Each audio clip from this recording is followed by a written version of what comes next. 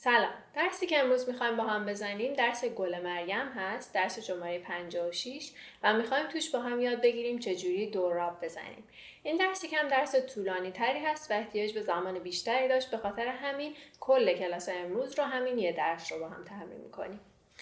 ریتممون توی این درس 6-8 هست، 6 تاییه. 6 تا دونه چنگ داریم.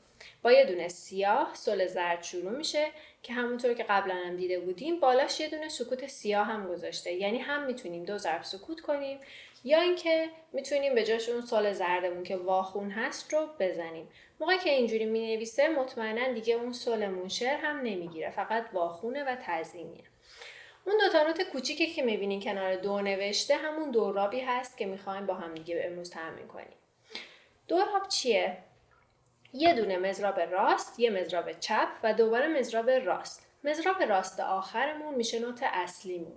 یه راست چپ راسته که مضراب آخر نوت اصلیمونه. راست چپ اول در واقع دو تا نوت تزیینی هن که هیچ کشش زمانی رو به خودشون اختصاص نمیدن و خیلی کوچیک به هم میچسبن، هر ستاشون با هم دیگه خیلی چسبیده به هم اجرا میشن. میشه 1 2 3 تا مضرابه که روی آخری که نوت اصلیمونه دیگه وای میسیم. این سه تا باید تا اونجایی که میتونیم به هم چسبیده اجراشون کنیم. از یکم کند شروع میکنیم. راست چپ راست، راست چپ راست. روی نوت‌های مختلف میتونیم تمرینش کنیم. بعد تندترش میکنیم تا اونجایی که میتونیم. روی نوت‌های مختلف میزنیم.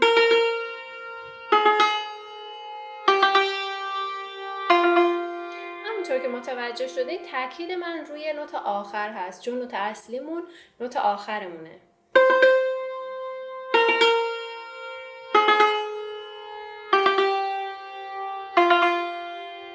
از آروم شروع میکنیم.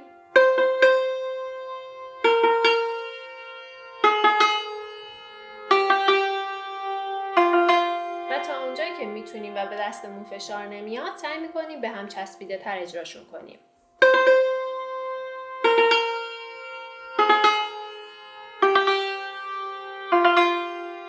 برای اینکه بتونیم دوراب ها رو خوب اجرا کنیم احتیاج داریم که اول جداگونه همونطوری که من الان زدم اینو جدا از درس تمرین کنیم روی نوت های مختلف و وقتی که یاد گرفتیمش اون موقع دیگه تو هر درسی هر جایی میتونیم خیلی راحت بدون که بهش فکر کنیم اجراش کنیم.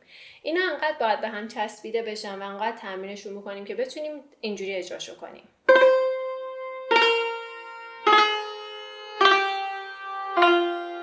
این هدف نهاییمونه. الان نمیخوایم این کار بکنیم ولی خواستم نشون بدم که باید انقدر تمرین میکنیم تا بتونیم اینا رو خیلی چسبیده به هم اجرا کنیم. حالا بخوایم میزان اول رو با هم بزنیم، اول فکر میکنیم که اون دورابا رو نداریم. میشه 1 2 سل زردمون، بقیه دو ره می فا، هر کدوم یه دونه شماره میگیرن. میشه 1 2 3 4 5 6. یه بار دیگه میزنمش. 1 2 3 4 حالا وقتی بخوایم دورابمون رو هم اضافه کنیم شماره 3 مون رو باید همون 3 تا مضرابی که با هم تمرین می‌کردیم و به هم چسبیده اجرا کنیم. میشه 1 2 3 4 5 6. سعی کنیم که به خاطر اینکه داریم 3 تا مضراب میزنیم تو 3 عدد 3 مون رو کشیده تر نکنیم، بهش زمان بیشتری ندیم، اندازه بقیه چنگ ها اجراش کنیم. 1 2 3 4 5 6. 3 تا مضراب با سر هم برابم. 1 2 3 4 5 6. حتما اول یه دور مضراب میزان بدون دوراب رو اجرا کنید، بعد دوراب رو بهش اضافه کنید. میزان بعدی میشه سل لا سل دو سل. یه بار بدون ریتمش رو میزنم. راست چپ راست چپ راست. حالا نقطه دار داریم. 1 2 مون رو میدیم به سل نقطه دار، لا رو میندازیم سر ضرب 3، 2 مون هم که میشه 4، 5 6 مون میشه سل. میشه 1 2 3 لا میفته سر 3. یه بار دیگه همینو میزنم. 1 2 3 4 5 6 مون هم که یه چنگ و یه سیاهه. 4 5 6. حالا کل میزان میشه 1 2 3 4 5 6. تکرار یه میزان داریم. دوباره همینو میزنیم. 1 2 3 4 5 6. میزان بعد عین همین ریتمش نوتش عوض شده، به جای سولا سول شده سولا فا، بعد شده سول می خرک هشتم. 1 2 3 4 5 6. دوباره عین همین یه نوت اومده پایین تر از فا، شده فا سول می فا ره. 1 2 3 4 5 6. دوباره یه نوت اومده پایین تر شده می فا ره می دو. فای خرک نهم رو میتونیم بزنیم همونجوری که نوشته برامون که دیگه راحت تره اجازه پشت خرک بزنیمش. 1 2 3 4 5 6. میزان بعد دوباره یه نوت اومده پایین تر از ره، فقط دیگه روی نوت آخر وای نمیسته، میگه ره می دو ره سی ره، آخرش یه ره هم اضافه شده. 1 2 3 4 5 6. میزان بعد دوی سیاه نقطه دار می سیاه نقطه دار، هر کدوم 3 تا شماره میگیرن. چرا؟ چون هر کدوم توی خودشون در واقع 3 تا چنگ دارن. اگه سیاه معمولی بود 2 تا چنگ داشت، الان که یه نقطه بهش اضافه شده نصف ارزش زمانی خودش بهش اضافه شده، شده 3 تا دونه چنگ. میشه 1 2 3 4 5 6. دوباره میزان بعد عین همین دو میزانه، فقط روی دو وای میسته، دیگه می نداره. 1 2 3 4 5 6. 1 2 3 4 5 6. برگشت داریم به اول درس. ادامهش دو می سل سی لا سل بعدی هم باهاش میزنم. دوم سیاه، بقیهش همش یه دونه ضرب میگیره، میشه 1 2 3 4 5 6. 1 2 3 4 5 6. تکرار دو میزان داره، دوباره میزنم. 1 2 3 4 5 6. 1 2 3 4 5 6. میزان بعد بدون دو راب اول اجرا میکنم. نوتش چیه؟ می ره دو ره سی ره دو. میشه 1 2 3 4 5 6. حالا نقطه دار میزنیمش، دوتا رو میدیم به می، میشه 1 2 3 4 5 6. مثل قبل دوتا رو میدیم به می، ره رو میچسبونیم به دو، سر ضرب 3. 1 2 3. ادامهش 4 5 6 هم که هر کدوم یه چنگه. 4 5 6. یه ضرب دو داریم. میزان بعد 1 2 3 4 5 6.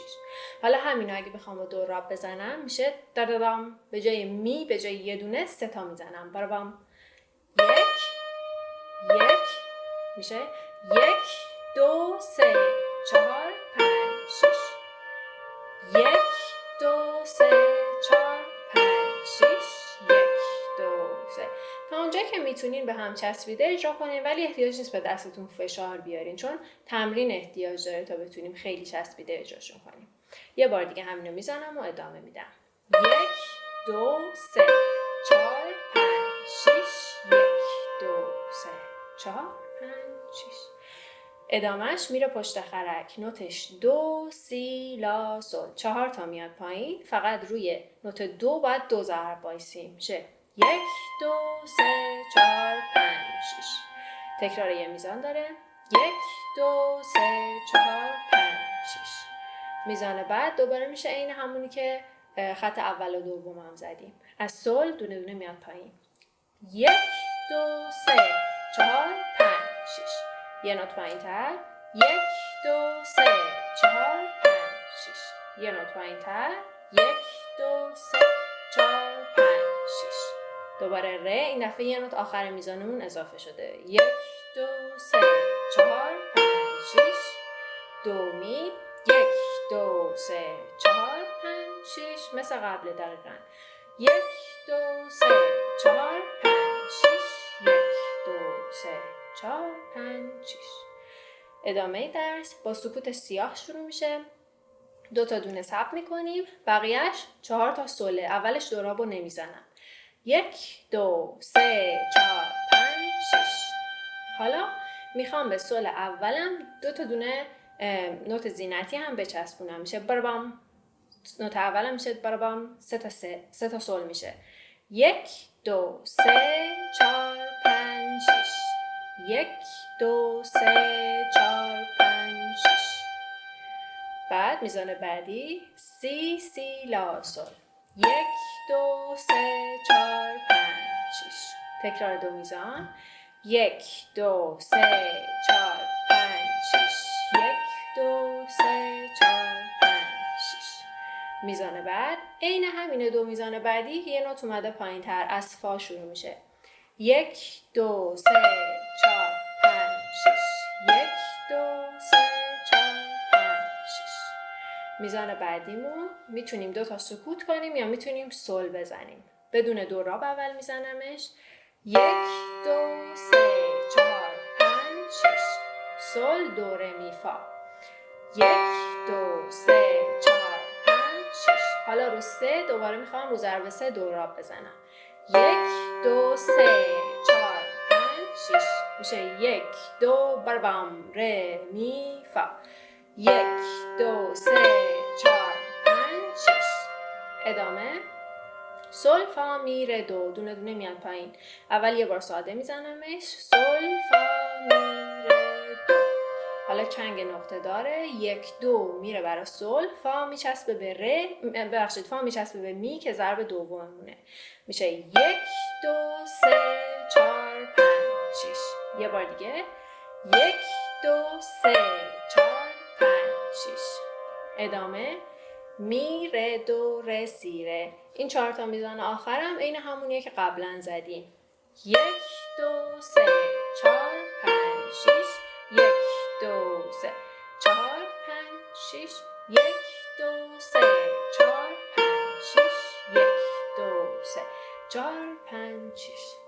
خوبه که دوراب رو شروع کنیم تمرین کردن جدای از این دست روی ساز، همونطور که گفتم از آروم شروع کنیم و بعد تندترش کنیم. اگر که دیدیم سختمونه توی این درس هم درس رو بزنیم و درست بشماریم هم دوراب رو بهش اضافه کنیم، میتونیم فعلا دورابا رو حذف کنیم و درس رو ساده بدون دوراب بزنیم. هر جا اون 2 تا نوت کوچیک زینت رو دیدین انگار که نیستن، حذفشون کنیم و درس رو کامل ساده بزنینش. ولی اون دوراب ها رو جدا جدا خودتون روی ساز تمرین کنین که بتونیم توی درس های بعدی بزنیمشون. حالا یه دور درس رو کامل میزنم. 1 2 3 4 5 6. 1 2 3 4 5 6. 1 2 3 4 5 6. 1 2 3 4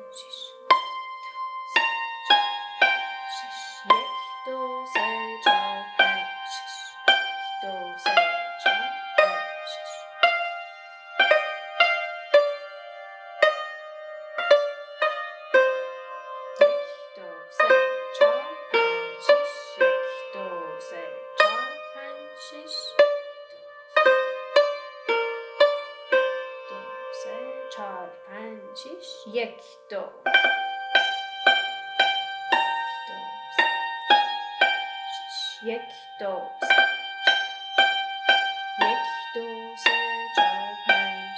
1 2